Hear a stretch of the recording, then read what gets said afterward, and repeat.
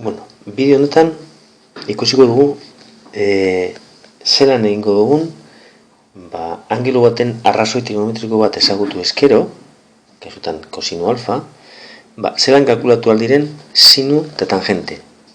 Ezagutu barik ze triangelu dan. Triangeluen aldeen balioak jakingo bagenu, egingo genuke errezago kalkulatu. Baina, egin genuna kalkulua, kosinu alfaren kalkulua edo baten batekin dau, triangelu konkretu batekin, eta eskatzen digute triangelu ezagutu barik kalkulatzea angelu horren sinu eta angelu horren tangentea. Hau da, 150 orrialdeko ariketa ebatzia. Zer egin behar dugu? Trigonometrian formula asko agertzen direnez, formula horiek ikasi behar ditugu erabiltzen.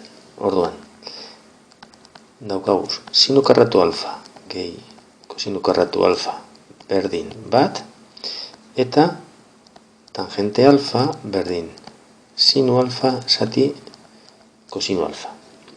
Olako ariketetan, simplifikatzearen adierazteko metodoa, adieraziko ditugun gauzak, aldugu erabaki.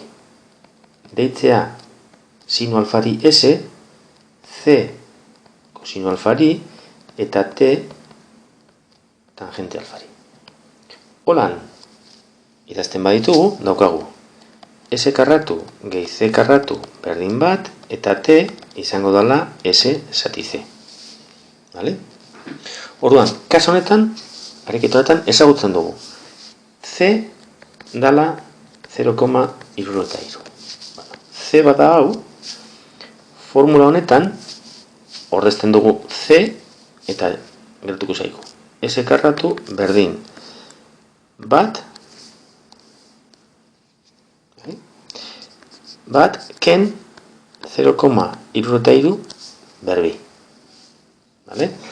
Orduan, S izango da, gogoratu, S karratutik, X karratutik kalkulatzen dugunean Xa, beti ipini behar dugula, plus minus, erro, bat ken 0,63 berbi.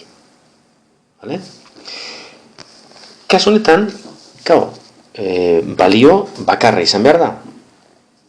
Angelu zorrotzen sinu eta kosinu beti da positibo. Orduan, egingo dugu, tatxa hau, esanez, alfa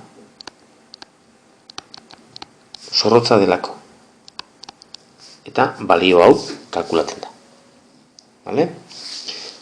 Balio hau ezibitziko egukeiten, hemen dauko. Hemen dauko ariketa bera. Orduan, geratuko da.